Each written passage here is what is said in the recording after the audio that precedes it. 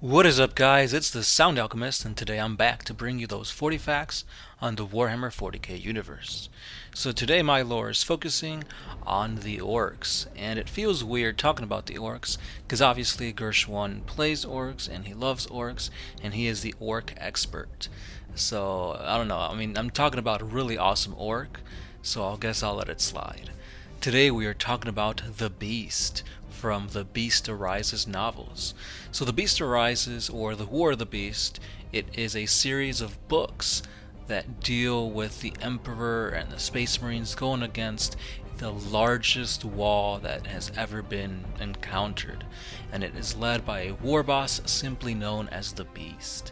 There's tons of books, tons of information on it, so I highly suggest you guys head over to the Black Library and check them out, because this is quite a battle.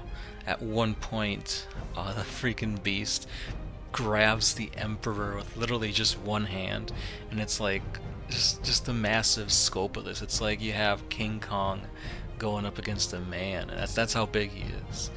But anyway, guys, let's dive into this orcish lore. In transmissions intercepted by the Imperial military, the war boss referred to himself in orcish terms, and this orcish language couldn't exactly be translated to High Gothic.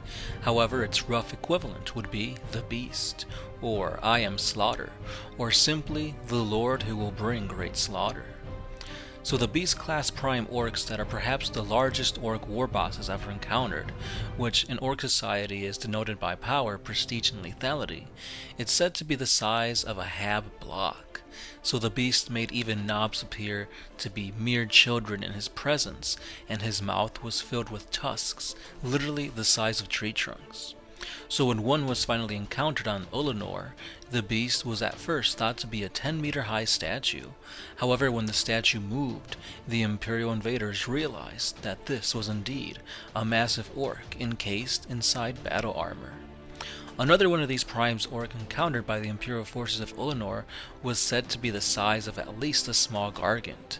A single arm of this massive battle armor was equipped with 2 battle cannons, as well as autocannons, missile launchers, flamers, and many other types of dakka. His other arm wielded a vibro mace as tall as a space marine. The Beast first made his appearance at the head of an unprecedentedly massive wall in the Segmentum Solar. After destroying the world of Ardmantua and nearly the entire Imperial 5th chapter with his attack moon, the Beast infiltrated the Great Push across the Segmentum Solar, killing billions of Imperials and overrunning entire sectors. The Beast's wall field was so powerful that it literally influenced the orcs under his control to grow far larger and become even more aggressive than usual. And that's saying something, because orcs are very, very aggressive.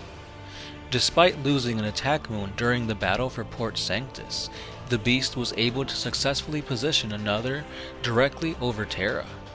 As the galaxy burned, Imperial forces sought out the Beast's homeworld, which was believed to be Ulanor. The Imperials, under the returned Vulcan, eventually led a massive invasion of Ulanor in a final gamble to slay the Beast, who revealed his strategic cunning by drawing in the invaders into an urban kill zones, as opposed to confronting them directly.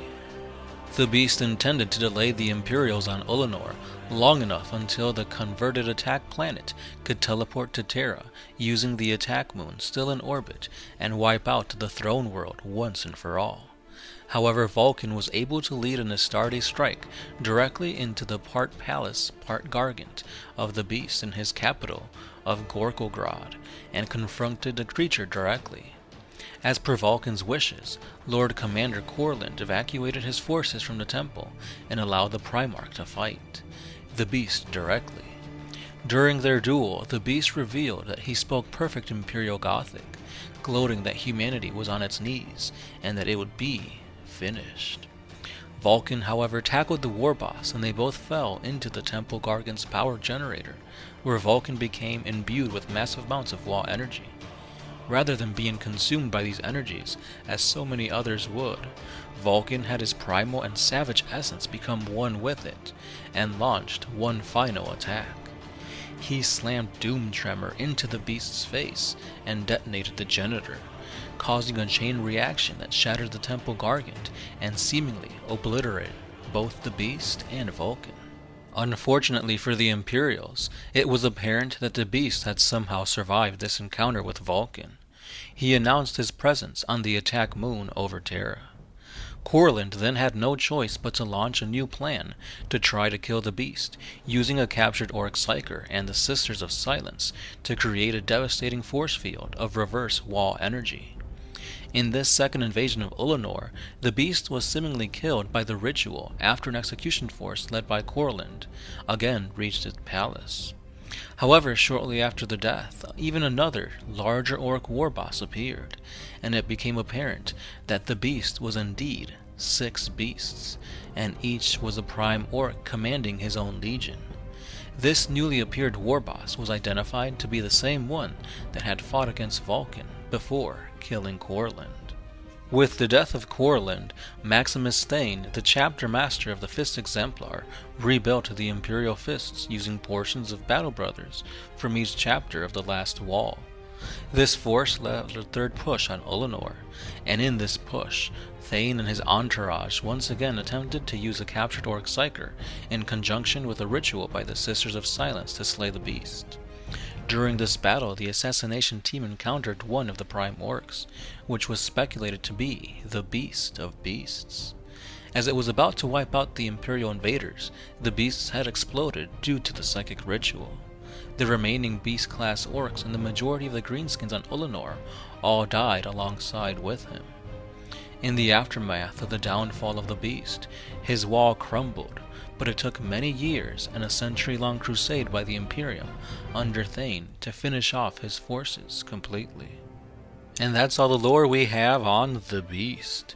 So first and foremost, I just want to say that this is crazy how huge Orcs can get. Like, they're basically as big as, like, Titans. Well, they could get as big as Titans, and that's just crazy. Like, how are you going to stop a wall full of massive Orcs? Like, I know not all of them can be that big, but still, like, just a regular Orc is hard enough to deal with, so.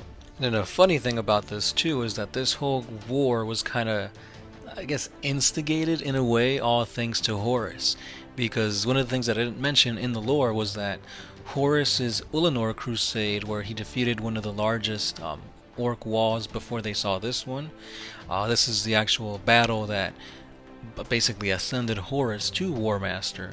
So because of this battle, the beast, or the beasts for that matter, they were like, oh, the Imperium's, mocking us. They just killed off one of our massive walls. Let's show them we're not a race to be stepped on. And because of that, they went out and almost obliterated the Imperium that we know today. Well, 30k, that is. And that's something, because at this time you've got Primarchs in there, you've got the Emperor fighting, and these guys almost took that Imperium down. So the Imperium that you know now is only a fraction of what it used to be, and that just shows you how crazy powerful these 6 beasts and their walls, or their legions for that matter, how crazy strong those things are.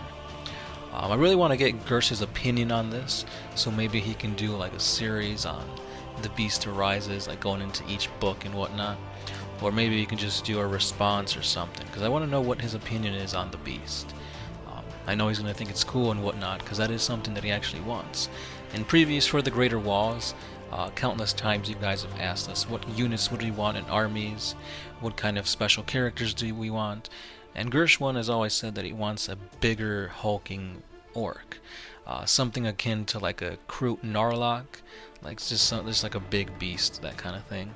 And the Beast is exactly that. So maybe we can get a playable version of the Beast.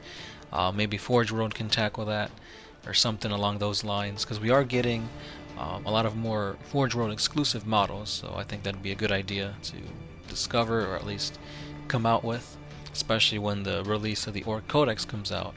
And that's going to be a while, but from what I've heard, all the Xenos codices, all the main codices for 40k should be done before the end of this year. As we all know, I believe it's the Dark Eldar, the Necrons, and the Tau that are coming out with codices next. Probably not in that order, but those are the next 3 that are coming out for sure. So hopefully after that the Orc Codex is next, and then we get new stuff for the Orcs. Maybe a new campaign or something like that, but we'll see. Now another thing too is don't forget that on the 1st we will be announcing the giveaway winners. So if you haven't yet, go over to our Facebook page because there's a giveaway there, and also check back, I think it's like 2 or 3, 4 days ago, we did a giveaway announcement, so check out that video to basically get entered into the giveaway. Again, the winners will probably be chosen tomorrow because I think this video will come out the last day of January, and then the 1st is where the winners will be announced. So check that out, guys. And yeah, that's pretty much all I've got to say. So the Beast is a pretty powerful Xenos, and hopefully they bring something like that to 40k. And like I said, that's all I've got for you guys today. If you guys enjoyed this, hit that like button. Don't forget to head on over to our Patreon page, where a simple $1 brings you more epic videos. You get an extra for the Greater Wall, and some other awesomeness. So again, guys, this has been the Sound Alchemist, part of One Mind Syndicate, and I'll catch you guys tomorrow.